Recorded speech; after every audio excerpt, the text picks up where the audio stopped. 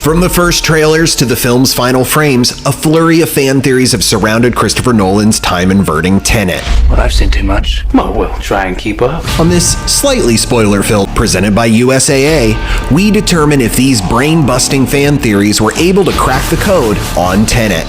Fan theory number 1.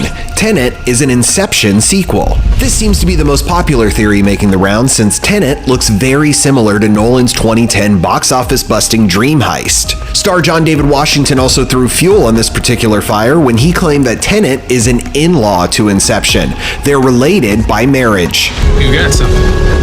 Not gonna like it. Both Tenet and Inception blend the genres of espionage, science fiction, and action, following well-dressed and highly trained characters in dangerous professions on globe-trotting missions. And both films feature Michael Caine. I gather you have an interest in a certain Russian national.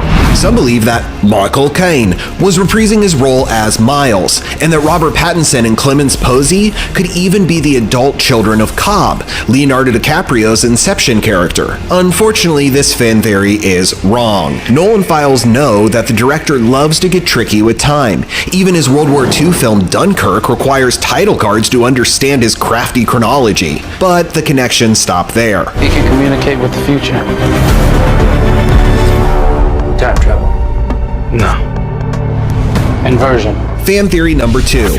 Time inversion is backwards time. As the trailers and Nolan told us, Tenet isn't about time travel, but time inversion.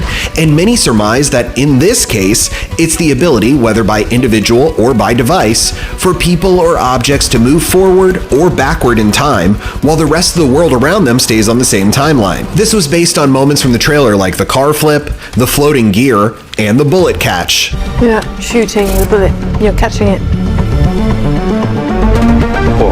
This theory is mostly correct, and the device to invert time is the turnstile, but the tricky Nolan angle on this concept is that you must exist for the same length of time that you wish to travel backward, so a day takes a day, then as you move an equal length forward, you are actually appearing to travel backward to everyone else traveling forward, like the car flip or fire crew. There are people in the future who need us. Fan theory 3. The good guys work for Tenet. Nolan and the cast were always quite cagey about what the palindrome title meant, but a line from the trailer that people need Tenet made fans believe that Tenet was actually a top secret organization. That test you passed? Not everybody does. Welcome to the afterlife. Martin Donovan's character Faye references a test, which was thought to be how Washington's character, the protagonist, joined Tenet, that he was now legally dead and can operate in the shadows to attempt to stop Kenneth Branagh's villainous satyr with some kind of time inversion thing. We're trying to prevent World War III. I'm not saying Armageddon here. No. Something worse. Again, we'll count this as mostly true. But nobody theorized that Satyr was assembling an algorithm to end his life and the world in one fell swoop. And chances are that you saw the whole movie and still didn't quite grasp that until now.